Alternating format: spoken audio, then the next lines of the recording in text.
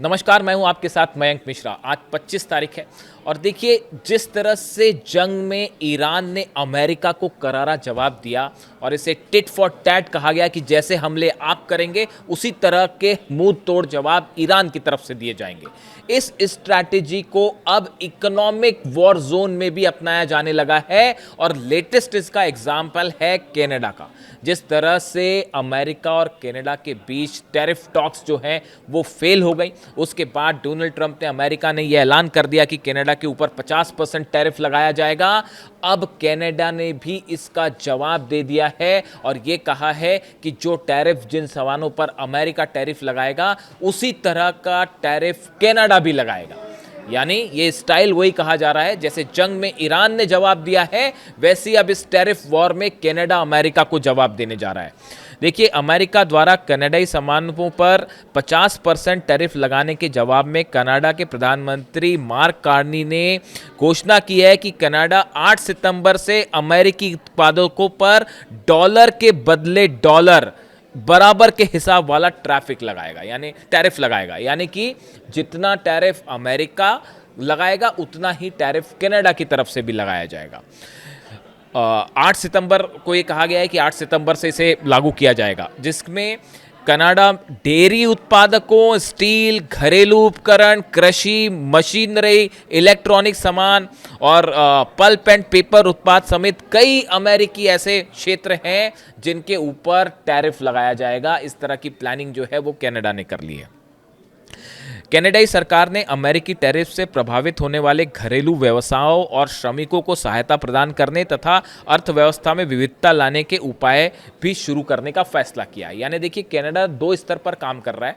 पहला तो एक तो उसका कहना है कि टिट फॉर टैट, अगर आप हमारे पर टैरिफ लगाएंगे, जितना टैरिफ आपने लगाया उतना ही टैरिफ हम भी लगा देंगे, यानी जैसे को तैसा। पहला कनाडा का स्ट्रैटेजी है। दूसरी स्ट्रैटेजी ये है कि अमेरिका के टैरिफ लगाने से जो नुकसान जिस क्षेत्रों में होगा, जहां पर जॉब्स जा सकती हैं, जहां पर मंदी आ सकती है, उस सेक्टर्स को कैसे सपोर्ट किया जाए और वहां पर कैसे ग्रोथ मेंटेन की जाए, इस कोशिश में कनाडा जुट गया है।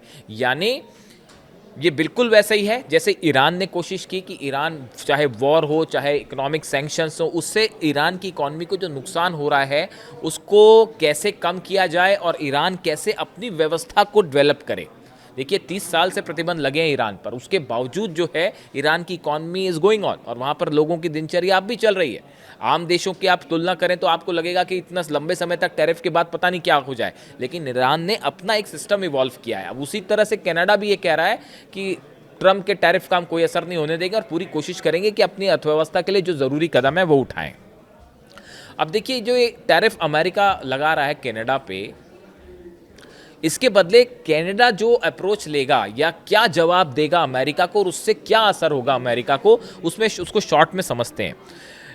कनाडा के नए टैरिफ का असर स्टील, डेयरी उत्पाद, घरेलू उपकरण, कृषि मशीनरी, पल्प और पेपर के साथ साथ इलेक्ट्रॉनिक्स जैसे क्षेत्रों पर भी पड़ सकता है। ये वो एरियाज हैं जहां पर कनाडा की तरफ से अमेरिका पर जो टैरिफ लगाया जाएगा उसका असर होगा। कार्नी ने कहा कि इन नए टैरिफ की पूरी जानकारी आने वाले दिनों में जारी की जाएगी और ये लेबर डे के बाद 8 सितंबर से इस टैरिफ को प्रभाव में लाया जाएगा। ये कनाडा के प्रधानमंत्री ने कहा है कि 8 सितंबर के बाद से ये प्रभाव में लाए जाएंगे। देखिए, अमेरिका कनाडा की ट्रेड डील के बीच में रोकने के बाद, ये ट्रेड डील जब बीच में रुक गई, उसके बाद कनाडा के प्रधानमंत्री मार्क कार्नी ने ट्रंप को बड़ी धमकी दी। उन्होंने याद दिलाया कि अमेरिका की ग्रोथ कनाडा की वजह से हो रही है। कार्नी ने एक प्रेस कॉन्फ्रेंस में अमेरिका को दी जाने वाली मदद वापस लेने की वार्निंग भी दी। ये मदद एनर्जी सप्लाई से जुड़ी है, यानी एनर्जी सप्लाई वो बड़ा सेक्टर होगा जिस पर आने वाले दिनों में असर पड़ सकता है अमेरिका में। कनाडा के पीएम कार्नी का कहना है कि अमेरिका और कनाडा के बीच दिखाई देने वाला व्यापार घाटा मुख्य रूप से ऊर्जा के कारोबार की वजह से है। अमेरिका अपनी ऊर्जा जरूरतों के एक बड़े हिस्से के लिए कनाडा पर निर्भर है और ये सच है। देखिए, एनर्जी को लेकर अमेरिका जो है वो कनाडा पर निर्भर करता है। इस तरह की बात कनाडा के पीएम ने कही। आंकड़ों की बात करें तो अमेरिका को करीब 99% प्राकृतिक गैस कनाडा ही निर्यात करता है। इस तरह की बात कही गई।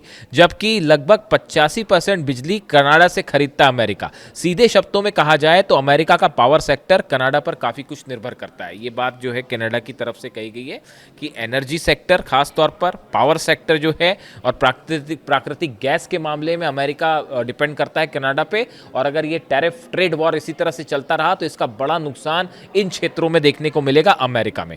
इसके अलावा तेल के नाम पर पूरी दुनिया में खेल करने वाले अमेरिका में करीब 60% कच्चा तेल कनाडा से लेता है अमेरिका। इस तरह की बात भी दावे सामने आए कि 60% तेल जो है वो कनाडा से आता है, यानी एक बड़ा हिस्सा है। और अगर ये सप्लाई चेन में बाधा आती है तो इसका बड़ा नुकसान हो सकता है अमेरिका को, और वहाँ पर जो है आप देख सकते हैं कि कीमतें भी बढ़ सकती हैं। और कनाडा के पीएम ने तंज कसते हुए कहा है कि कनाडा अगर ऊर्जा आपूर्ति रोक दे तो अमेरिका की ग्रोथ भी रुक जाएगी। इस तरह की बात कनाडा की प्रधानमंत्री की तरफ से कही गई कि अगर एनर्जी सप्लाई जो है कनाडा रोक दे अमेरिका की, तो इससे अमेरिका की ग्रोथ भी रुक जाएगी। देखिए, उसी तरह कनाडा अमेरिका का एक बड़ा बाजार है। जवाबी टैरिफ में अमेरिकी कंपनियों के कनाडा को होने वाले निर्यात महंगे हो जाएंगे, बिक्री घटेगी और बाजार में हिस्सेदारी भी कम होगी।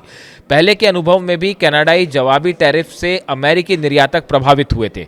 टैरिफ से क्रॉस बॉर्डर सप्लाई चेन टूटती है, उत्पादन महंगा और जटिल हो जाता है, जिससे अमेरिकी कंपनियों की लागत बढ़ती है और दक्षता कम होती है। यानी अमेरिकी कंपनीज पर भी इसका खासा असर देखा जाएगा। टैरिफ युद्ध से व्यापार घटता है, निवेश कम होता है और अनिश्चितता बढ़ती है।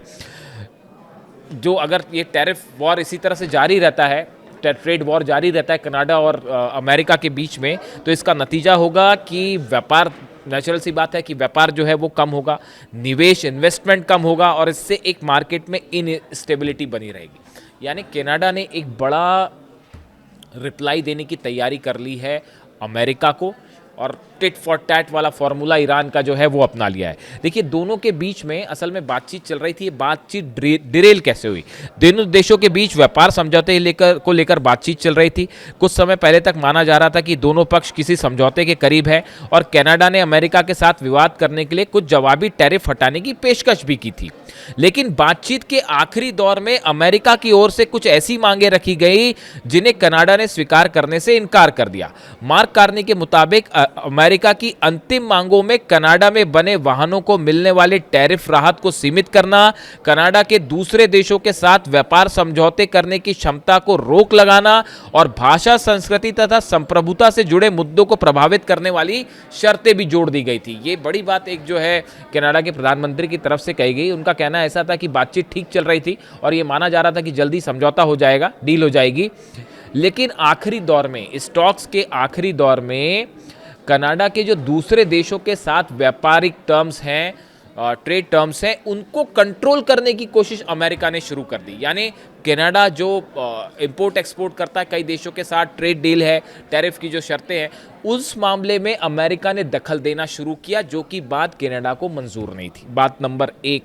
दूसरी बात, व्यापार समझौतों पर रोक लगाना। यह भी कहा गया कि कनाडा ने जिन देशों के साथ बिजनेस डील्स की हैं उसको लेकर अमेरिका की तरफ से आपत्तियां जताई गई, और साथ ही कल्चरल इशू को लेकर भी, एक रीजन है वहाँ पर फ्रेंच, असल में फ्रांस के काफ़ी सारे लोग हैं, तो वहाँ के जो प्रोडक्ट होते हैं उसमें फ्रांस की भाषा में, फ्रेंच भाषा में जो है डिटेल्स लिखे होते हैं। ऐसे तमाम इन मुद्दों को लेकर भी अमेरिका की तरफ से आपत्तियां जताई गई, जो कनाडा को स्वीकार नहीं थी। यानी इस टैरिफ वॉर में, आखिरी इस टैरिफ जो टॉक्स हो रही थी, इसके आखिरी दौर में अमेरिका की तरफ से जो शर्तें रखी गई, उससे ये पूरी तरह से टैरिफ टॉक्स जो हैं वो डिरेल हो गई, और जिसका नतीजा ये है कि अब कनाडा ये कह रहा है कि डॉलर फॉर डॉलर, यानी टैरिफ फॉर टैरिफ, अगर आप हम पे टैरिफ लगाते हैं 50%, तो हर सेक्टर में जहां जहां आप टैरिफ लगा रहे हैं वहीं हमारी तरफ से भी टैरिफ लगाया जाएगा। ये बिल्कुल उसी तरह का है जैसे, देखिए, ईरान की तरफ से ये जवाब आ रहा है कि ये जो एक इकोनॉमिक वॉर शुरू की है अमेरिका ने, अमेरिका के जो वित्त मंत्री हैं उनकी तरफ से जो बयान आया कि करीब 60 इंस्टीट्यूशंस और जहाज हैं, शिप हैं, लोग हैं जिनके ऊपर बैन कर दिया गया है। ईरान जाने वाले जहाज़ों को रोका जा रहा है, ईरान के हर सामान की सप्लाई रोक दी जा रही है, ना ईरान चीज़ें जा पाएंगी, ना वहाँ से बाहर आ पाएगी।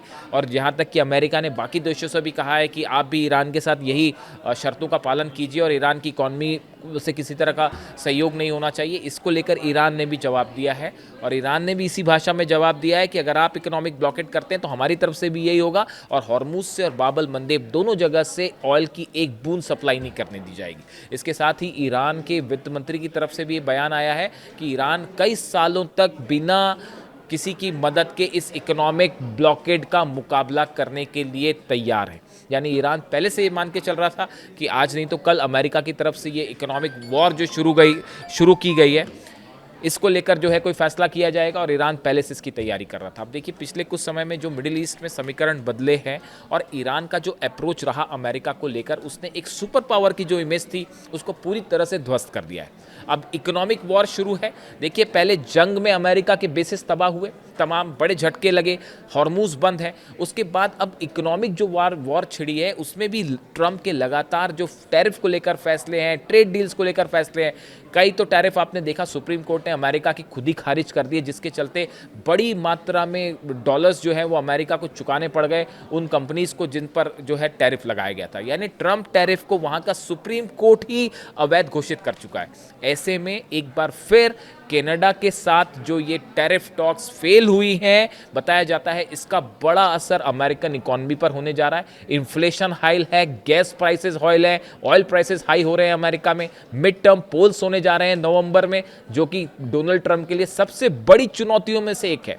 और अगर ये हालात इसी तरह से कंटिन्यू रहे, देखिए हॉर्मुज बंद है, ऑयल सप्लाई नहीं हो रही है, रशिया का ऑयल ब्लॉक किया जा चुका है, उसको लेकर नया डील ट्रेड टर्म्स सामने आ रहे हैं, टैरिफ, और ये कहा गया है कि 31 तारीख को दूसरे सदन में अमेरिका के अगर ये बिल पास हो जाता है और डोनाल्ड ट्रंप इस पर सिग्नेचर कर देते हैं तो रशिया से ऑयल इंपोर्ट करने वाले 5 सबसे बड़े देश जिसमें भारत और चीन भी शामिल हैं, उनके ऊपर भी 100% टैरिफ लगा दिया जाएगा।